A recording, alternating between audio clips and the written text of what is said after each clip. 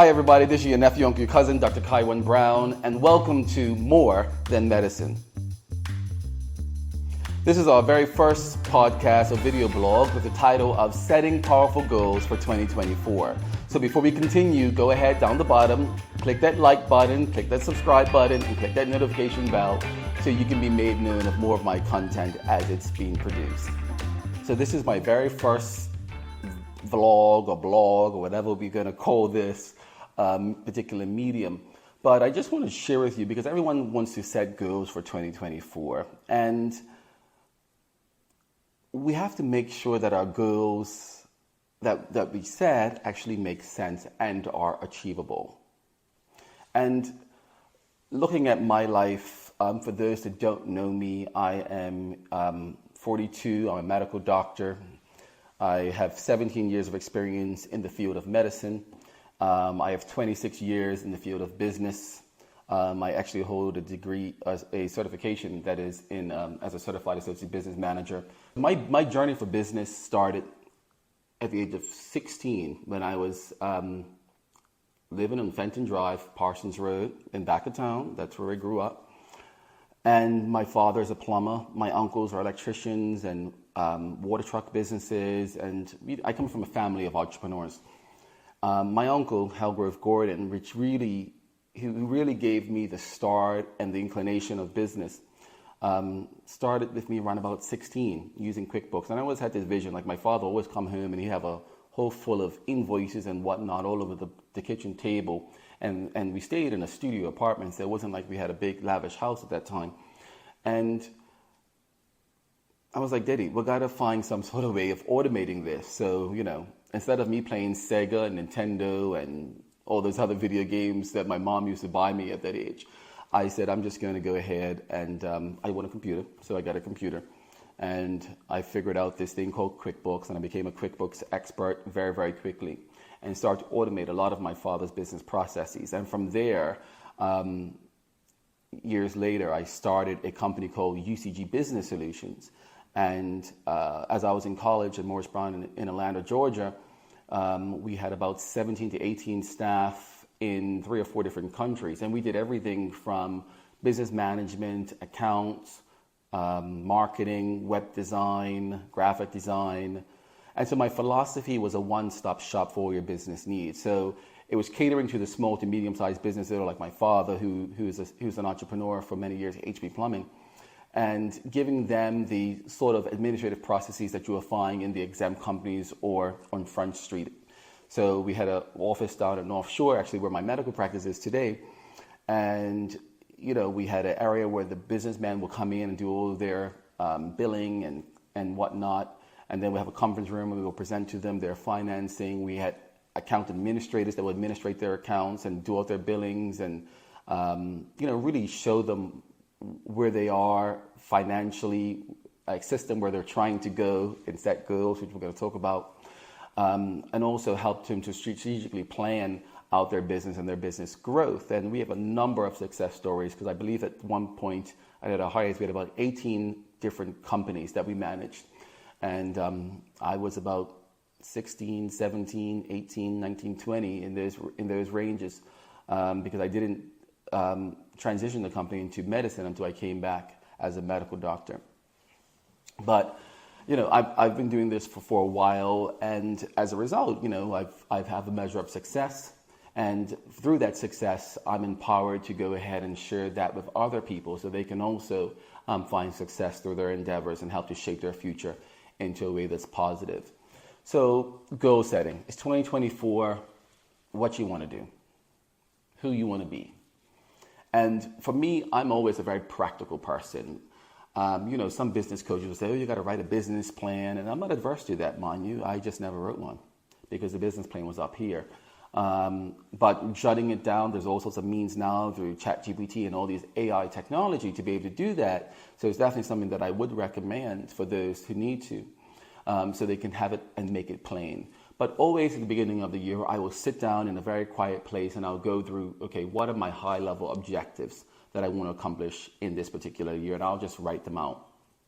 I want to travel to this place. I want to start this business. I want to expand to this particular service. And I try to make what we call SMART goals. And SMART goals are specific, they're measurable, they're achievable, they're relevant, and they're time bound. And I'll give you some examples of SMART goals in just a moment. And there will be sometimes I'll be giving you these nuances and these tips of how to be able to set the goals, because some people make goals but don't know how to take the steps necessary to actually make them a reality. And doing a SMART goal just helps to do that. So specific. I want to buy a house. That's very specific. I want to buy a car. And I'll talk to you about some of my little nuances about many of these things as well, because I'm not one that buys expensive cars. Like I had my first brand new car when I'm not 42, when I was at least 39, 38. Because I wasn't brought up into that era, or my family didn't instill in us that we have to have all these new things. Secondhand, third-hand car, as long as it gets me from point A to point B, it works. I'm able to save money because I had goals. And my goal wasn't just buying a shiny new car, right? I wanted to develop a company. I wanted to develop a multidisciplinary clinic. I wanted to have my own home. I wanted to have staff. I wanted to be able to travel in first class and enjoy the finer things in life. And I made goals and steps and had to make significant sacrifices in order for that to happen. So you have to determine if that goal is achievable. Is buying that house achievable? You look at your income, you look at your expenses, you go and speak with your loan manager at the bank about what are your options in reference to borrowing, what's your borrowing power. And then is it relevant? Is it relevant for me at this time that I need to go and expend a deposit on a house? Or could it be used for other things? Now, real estate is something that I'm big in. We have a huge real estate portfolio, my family as well as I. So real estate is definitely the way to go, and is a way to generate perpetual income, because the stock market goes up and down. I've lost hundreds and hundreds of thousands of dollars on the stock market. And I'm not one to say, avoid it, but it didn't work for me. But the real estate market has worked for me time and time again. It's proved beneficial to my family as well. That's how I got through medical school without any loans or any any other sort of instruments. But it works, and it's consistent, and history always shows, especially in Bermuda, that it always goes up in regards to value and or income from rental. I mean, we had a small dip, but that was just for a brief moment in time. But generally, it's always going up. And what is my time horizon for making this sort of step? Do I give myself 6 months, 8 months, 4 months? So all of those types of goals you're going to write down on that piece of paper for your SMART goals. And once again, SMART stands for specific, measurable, achievable, relevant, and time-bound. All right? And while we're on this topic of real estate, because we're going to talk a lot about real estate, because I think it's the way for us as young black people in Bermuda to be able to find our economic footing and also to build perpetual wealth for us and our family. And many people may know where I stay, right? I'm not going to advertise it because I don't want you knocking on my door, but I have a lot of young people say, I want a house like yours. Cousin. I've had to work hard for 42 years of my life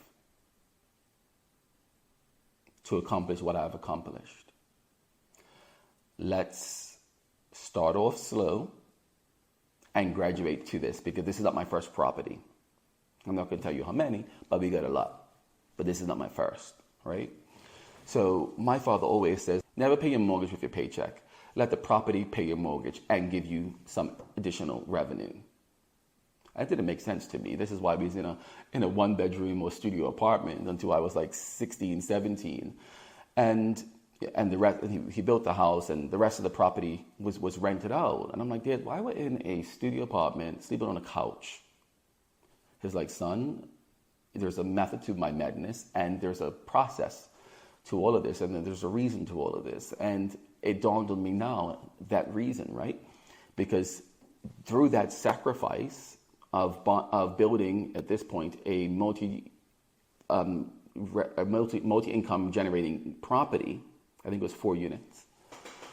And we staying in the smallest one our mortgage was paid, not through my parents' salaries, but through the rental income of that particular property. And it gave us considerable residual income every month, where we didn't have to dip into savings for anything that we wanted to do. And from there, he was then able to take that appreciated value of that house and buy another one, and then buy another one, and repeat this same sort of process all over and over again. So cousins, your first property should be no more than $300,000, $400,000, $500,000. And that may not sound like a lot, because it ain't. In the general scheme of things, it's not. And some people may say, that's too little. What type of house are you going to get for that? Well, we buy those houses that need a little bit of fixing up because they have a good ROI. And we're going to talk about that on subsequent episodes because there's a whole methodology to it, right?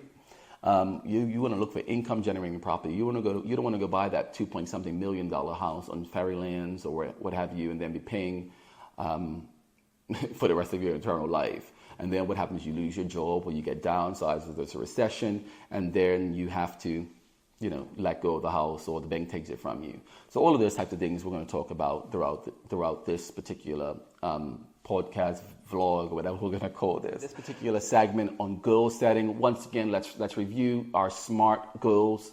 They have to be specific, measurable, achievable, relevant, and time-bound. And this is your nephew, uncle, your cousin, Dr. Kyjuan Brown, on his first video blog. Yay!